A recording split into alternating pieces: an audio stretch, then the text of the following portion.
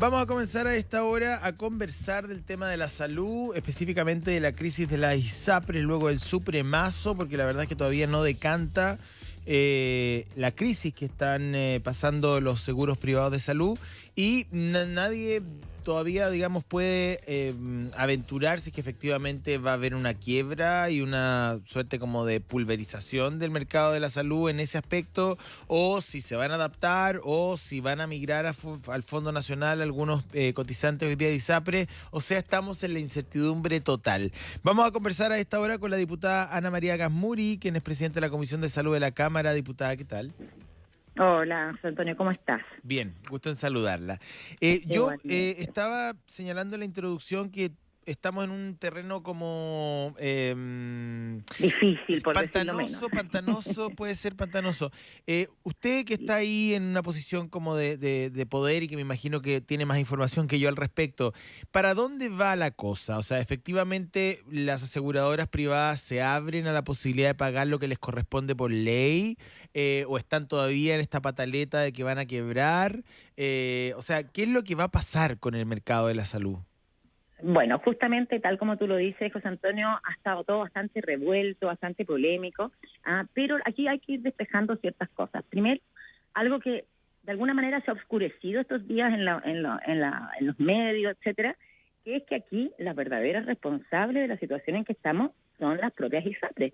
Porque, perdóname, pero le hemos visto una posición de victimización, como si el Estado o el resto de los chilenos y chilenas tuvieran la responsabilidad de estar en esta situación. Primera cosa que es importante despejar, porque haciendo un poco de historia, recordemos que esto se remonta a un fallo del Tribunal Constitucional del año 2010, en que derogó aspectos de la ley de ISAPRE por inconstitucionales, ¿cierto? Y resulta que a pesar de esto que tenía que ver con las tablas de factores según edad, sexo y riesgo, y a pesar de haber secretado institucional, finalmente igual no cumplieron y no aplicaron. Y luego el 2022, justamente por una serie de recursos de protección que presentan los usuarios, también se solicitó que se abstuvieron de aplicar la tabla de factores sobre las normas que el TC declaró inconstitucional. Pero la verdad es que esto aquí hemos visto como una negativa de asumir la crisis en que se estaban precipitando las ISAPRES. Y por último, el último fallo de la Corte Suprema, el relativo al alza de la prima GES, de la garantía explícita de salud, esto fue en octubre del 2022, y deja sin efecto todas las alzas injustificadas que habían realizado los usuarios. Entonces, esta es la situación que nos lleva hoy día a este escenario complejo, pero que tiene que ver por la actuación y la forma incorrecta de actuar de las ISAPRES, que han acumulado ganancias increíbles, incluso en este último periodo. Entonces, primero despejando eso, porque a mí no me parece correcta la posición de victimización en que se han puesto las ISAPRES. Segundo, evidentemente que lo importante en esta crisis es, más allá de si quiebra o no quiebra una ISAPRE, porque finalmente hay una manera también de conducir aquello, es cómo le damos garantía a los 3 millones de usuarios que todavía permanecen justamente en el sistema para que, tanto en el caso de que uno se vuelva insolvente, ¿cierto?, o que quieran migrar al sistema, tengan toda la posibilidad de hacerlo sin correr riesgo. Y el foco hoy día del gobierno, del Ejecutivo y de los parlamentarios oficialistas está en darle viabilidad a ese camino, ¿no? Claro. Ese camino. Ahora, esto no puede pasar de ninguna manera por un perdonazo, y ahí es donde se están debatiendo las diferentes fórmulas, porque de alguna manera, y con esto cierro la primera idea, el comité de expertos convocado por el Senado, la verdad es que, claro, emite un informe bastante orientado a favorecer a las propias ISAPRES que participaron de ese comité de expertos. Los que no participaron en ese comité de expertos fueron los usuarios, que no estuvieron representados por nadie. A ver, como primera cosa para abrir la conversación, yo entiendo. A ver, mire, yo creo que aquí hay una corresponsabilidad. O sea, las ISAPRES efectivamente fueron advertidas el año 2010 de que esto no venía bien y no hicieron absolutamente nada, pero también el modelo chileno permitió una cosa muy rara. O sea, uno no puede, o sea, uno no puede ser blanco y negro al mismo tiempo. O sea, la seguridad social tiene una serie de parámetros de no discriminación, una serie de parámetros de... O sea, si uno quiere hacer seguridad social, uno tiene que seguir ciertos lineamientos. Si uno quiere hacer un negocio... Claro, cumplir ciertas reglas. Los negocios de los seguros, o sea, yo hoy día no le puedo decir... Le voy a poner un ejemplo, y esto ya que estamos, más que una entrevista, esto es una conversación. Yo no le puedo decir hoy día a las aseguradoras de los automóviles que todos los conductores tienen que pagar lo mismo. Es imposible. Que también me dirían, vamos a quebrar, porque obviamente los seguros funcionan de esa manera. El que tiene mayor historial de accidente tiene que pagar una prima más alta. Eso funciona así en todo el mundo. Entonces las ISAPRES quisieron ser juez y parte.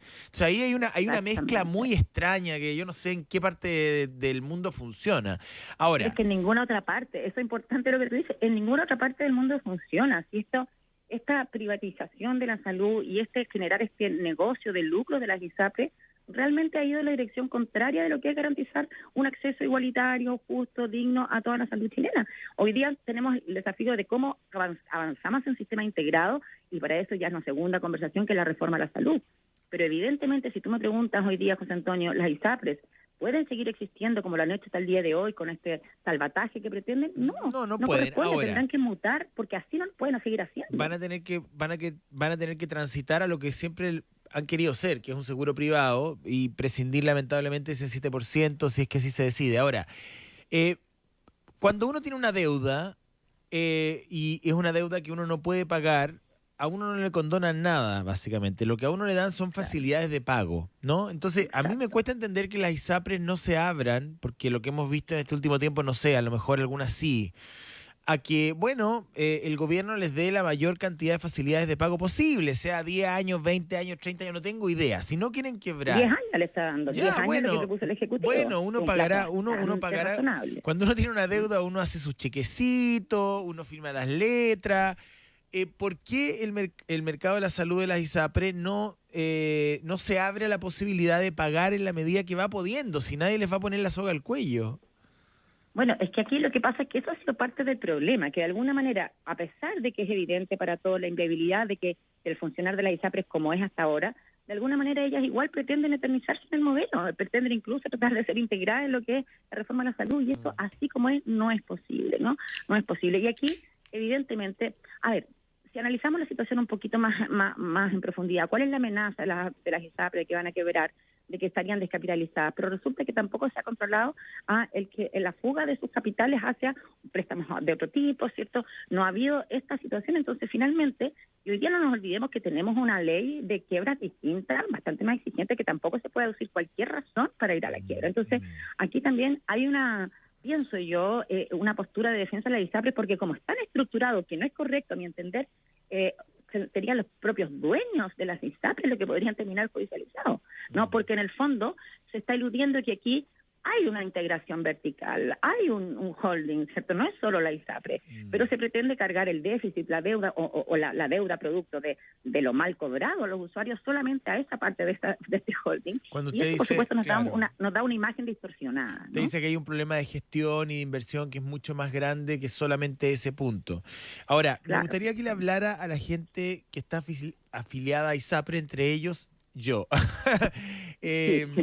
Claro, porque uno está al medio, digamos, uno ve a los parlamentarios por un lado hacer un planteamiento legislativo, por otro a la Corte Suprema que ya tomó una decisión, el presidente también al parecer ya tiene una postura bien clara y la ISAPRES también tienen su posición. Y nosotros estamos en el medio. Entonces, ¿qué nos dice usted, que es la presidenta de la Comisión de Salud de la Cámara, señora Ana María Magasmuri?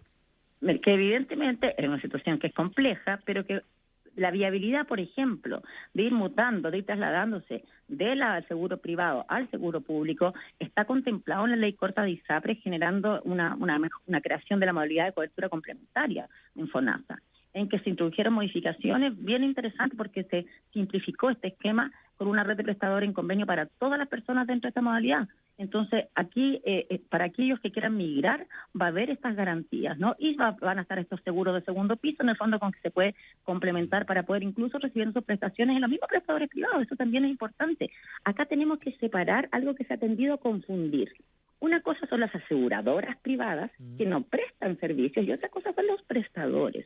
El foco debe estar en salvar y proteger la viabilidad económica de los prestadores e integrarlo finalmente a través de la reforma hacia la red pública para tener realmente un sistema integrado público-privado. Entonces, no confundamos el querer decir que necesariamente el quiebre de la ISAPRE arrastra a los prestadores. El foco tiene que ser justamente también del Ejecutivo, garantizar el pago a los prestadores y garantizar la continuidad de los usuarios. Entiendo, pero en definitiva estamos hablando de las clínicas, laboratorios, en fin, ellos son los prestadores, ¿no? Claro, que ¿Y deben cómo? ser parte de la red integrada. Nadie está pensando en prescindir de ellos. Eso es absurdo. Los necesitamos, se necesitan. No sobra nadie para integrar la red de salud en Chile. Lo que estamos hablando es de quienes administran esas prestaciones, que es muy distinto, ¿no? Y ahí es donde tenemos que tener algo más homogéneo, más claro, más igualitario para todas y todos, y que deje de segregar la salud para ricos y para pobres. Ya, pero ¿no? el escenario, Entonces, el escenario de esta suerte como de, como dirían los gringos, este 9/11, ¿no? Como este 11S en que caen las ISAPRES como las Torres Gemelas y queda un grupo de pacientes, 3 millones de pacientes, algunos con tratamientos en curso, prácticamente flotando en medio del océano. ¿Eso puede no, pero eso darse? se da garantía de continuidad. Y por último, también es decir, esta ha sido la amenaza y un poquito lo que han dicho la ISAPRE estos días, pero si tú analizas seriamente, mira los informes de Fundación Solo hoy día con respecto a las ganancias de la ISAPRE, no son todas ellas ni mucho menos las que están en ese riesgo, ¿ya? Entonces, también aquí uno vale la pena recordar a quienes decían el mercado se regula solo, ¿te acuerdas, no? La frase clave del modelo neoliberal. Entonces, ¿cómo? ¿Se regula solo o no se regula solo? Lo que pasa es que es distinto el Entonces, mercado de los neumáticos que el de la salud, pues, diputado. por supuesto, y el problema es que metimos la salud en una lógica de mercado igual que la de los neumáticos. Ese es el problema, ¿no? Bien, Y ese pues. es el daño que hemos tenido y la afectación en la salud que ha tenido este modelo que de alguna forma ha defraudado a los chilenos. Entonces hoy día yo creo que la ciudadanía, Juan Antonio, está esperando que la gente se le devuelva lo que se le debe, ¿cierto? Y por otro lado, tampoco creo que la gente espere que lo razonable para que las ISAPRES logre devolver lo que debe sea a costa de subirle el precio a todos los afiliados, ¿no? No, claro, o sea, tampoco sería un juego porque, bastante perverso, en el fondo, porque claro, terminaríamos entonces, nosotros pagando la deuda. Las posibilidades que hay. Ahora, estamos en plena discusión política de esto, entendiendo que tenemos que todos ponernos de acuerdo para sacar esto adelante, y es la convicción del Ejecutivo, el presidente lo ha dicho con toda claridad, poniendo el foco en que los fallos se deben cumplir. Aquí no se puede aceptar presiones de la ISAPRE en dirección de disminuir el monto de los fallos, ¿cierto? Como se intentó hacer con la propuesta de mutualización, que disminuía la deuda de 1.400 a 400 millones. Entonces, eso no es aceptable. Eso no es aceptable. Los fallos se deben cumplir, lo que se le debe a las personas se le debe devolver. Porque ahora, fue un yo no abuso. entiendo bien la lógica, perdón, a lo mejor soy ignorante, pero no entiendo bien la lógica del perdonazo. O sea, si la Suprema falló, ¿pero qué esperan? ¿Que el Banco Central saque bonos? No, ¿Que el presidente vaya a buscar plata a la Hacienda? ¿Qué va a hacer? O sea, yo te encuentro razón, porque además creo que se están mezclando los ámbitos de acción de los poderes del Estado, digamos. Ni siquiera el Poder Legislativo ni el Ejecutivo no puede alterar un fallo, y entonces no es esa la idea, y por eso el presidente ha dicho con tanta claridad, como punto uno, que estos fallos se deben cumplir.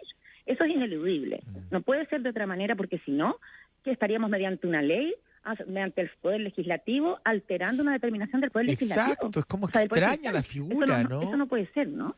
Es como rara la figura. Bueno, en fin, nos tenemos que ir al corte. Estamos al medio de esta discusión. Esta semana que viene va a entrar la ley corta a la Comisión de Salud del Senado. Ya, pero, pero a la ISAPRE tampoco les gusta eso. No, pero porque en el fondo lo que ellos querían era que se aceptara la propuesta de los expertos, que como te digo, estaba compuesta con representantes de los senadores, ojo, no de los diputados. Los diputados no hemos participado en ninguna de estas conversaciones. O sea, todo esto todavía tiene que debatirse absolutamente en la Cámara de Diputadas y Diputados. Entonces aquí queda mucho paño que cortar todavía, ¿no? Con el foco en lo que ha dicho nuestro presidente, que es cumplir el fallo y darle protección a los usuarios. Ese es el foco de todo el esfuerzo hoy día que se está haciendo desde el Ejecutivo y desde el Parlamento. Ahora, perdón, es que una pregunta más. ¿Esa protección a los usuarios pasa por qué? O sea, ¿el Fondo Nacional de Salud va a, de alguna u otra manera, recibir? Se está fortaleciendo, claro. Se está fortaleciendo, y por otro lado se fortalecieron las capacidades de la superintendencia y se generó un comité asesor permanente, porque también la superintendencia con mayores capacidades y facultades puede orientar estos procesos, ¿cierto?, de una posible insolvencia de una ISAPRE, conduciéndolo de mucha mejor manera. Esa es la idea, fortalecer FONASA, fortalecer la superintendencia para poder transitar por esta crisis. Ahora, mire, hay una cosa bien ingrata, nos tenemos que ir a la pausa, pero es lo que yo pienso también, ¿no? Yo entiendo que acá hay una responsabilidad de la ISAPRE porque vienen siendo advertidas de esto desde el año 2010 y estamos en el 2023, o sea, han pasado 13 años.